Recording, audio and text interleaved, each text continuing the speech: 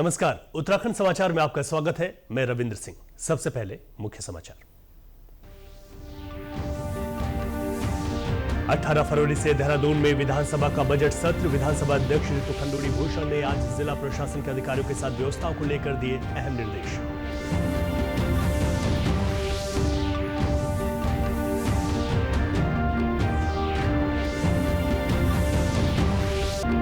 बेटी बचाओ बेटी पढ़ाओ योजना के 10 वर्ष पूर्ण होने पर बागेश्वर ब्लॉक में जागरूकता कार्यशाला का आयोजन। लिंगानुपात को लेकर दी गई महत्वपूर्ण जानकारी।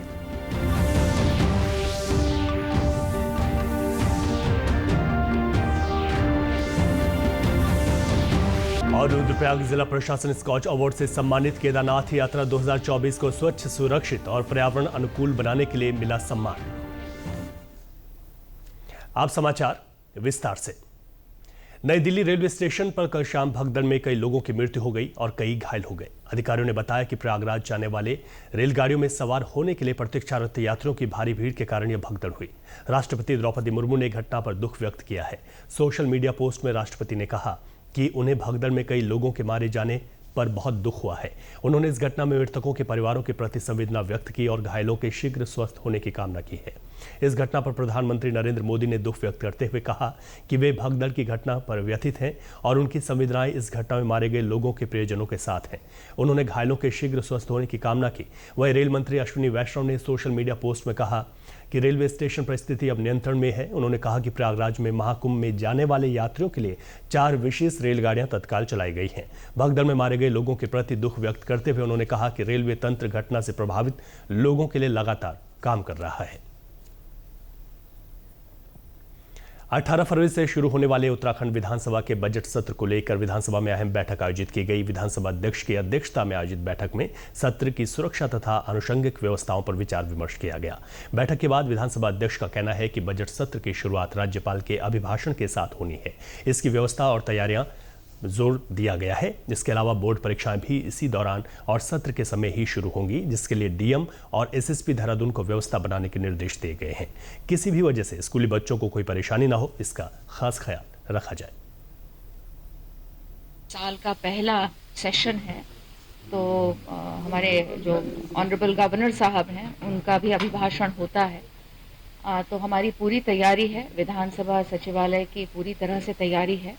आज आपने जैसे देखा था कि जो हमारी बैठक हुई है, रेगुलर बैठक होती है, वो बैठक हुई है और उसमें हर तरह के बिंदुओं पर हम लोगों ने डिस्कस किया और फिर आदेशित किया है अफसरों को कि सत्र बिल्कुल ही अच्छी तरीके से चले, इसका ध्यान हमको रखना है। इसका जो मेन इशू जो आया था, क्योंकि बोर्ड एग्ज़ाम भी बच्चों के हो रहे हैं और इस वक्त बोर्ड एग्ज़ाम का भी समय 10:30 बजे का है, तो ये निर्देशित किया गया है डीएम देहरादून को कि वो सारे स्कूलों को एक एडवाइजरी भेजें कि बच्चों को किसी तरह की समस्या ना हो। तो समय का जो टैली करना है, पुलिस के साथ उनसे बात कर लें। साथ ही साथ पुलिस को भी आदेशित किया गया है कि किसी भी बच्चे को किसी तरह का स्ट्रेस नहीं होना चाहिए उसके स्कूल तक पहुंचने में। तो पूरी व्यवस्था ये की जाएगी, चाहे स्कूल बसेस हैं, चाहे बच्चे स्कूल गाड़ियों में जा रहे हैं, जिस तरह से भी जा रहे हैं, बच्चों को किसी तरह की समस्या ना हो। साथ ही साथ मीडिया का ध्यान रखा जाए। साथ ही ये जो हमारा ई नेवा, क्योंकि हम शुरू करने जा रहे हैं, किस तरह से ई नेवा में हम अपने जो हमारे विधायक गण आएंगे, किस तरह से उनकी मदद की जाए। तो इस तरह की बातचीत हुई और मुझे पूर्ण विश्वास है कि सत्र बढ़िया तरीके से चलेगा। महिला सशक्तिकरण, बाल विकास विभाग एवं स्वास्थ्य विभाग के सहयोग से बेटी बचाओ बेटी पढ़ाओ योजना के 10 वर्ष पूर्ण होने के उपलक्ष्य में बागेश्वर ब्लॉक सभागार में जागरूकता कार्यशाला का आयोजन किया गया। कार्यशाला में प्रसव पूर्व निदान तकनीक अधिनियम 1994 के संबंध में विस्तार से जानकारी दी गई। कार्यशाला का शुभारंभ जिला कार्यक्रम अधिकारी डॉक्टर मंजुलता यादव ने किया।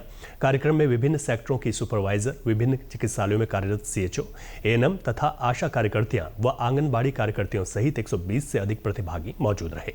जागरूकता कार्यशाला में जिला कार्यक्रम अधिकारी ने कहा कि वर्तमान में बालिकाओं के घटते लिंगानुपात से यह अनुमान लगाया जा सकता है कि गर्भ में लिंग जांच जैसे महाअपराध अभी भी समाज में हो रहे हैं।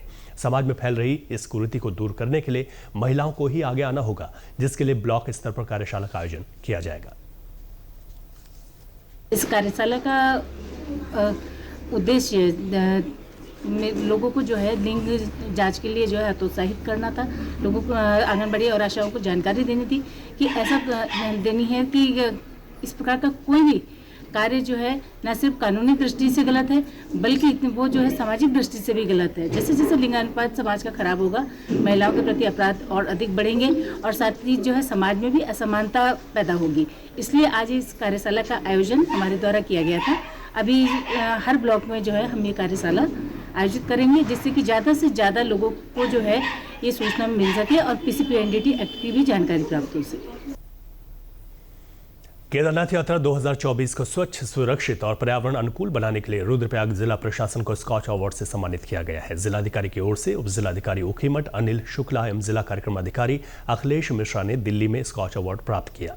जिलाधिकारी सौरभ गहरवार के कुशल नेतृत्व एवं मार्गदर्शन में केदारनाथ यात्रा 2024 के सफल संचालन के लिए जिला प्रशासन को इंडिया हैबिटेट सेंटर नई दिल्ली में प्रतिष्ठित स्कॉच अवार्ड से सम्मानित किया गया।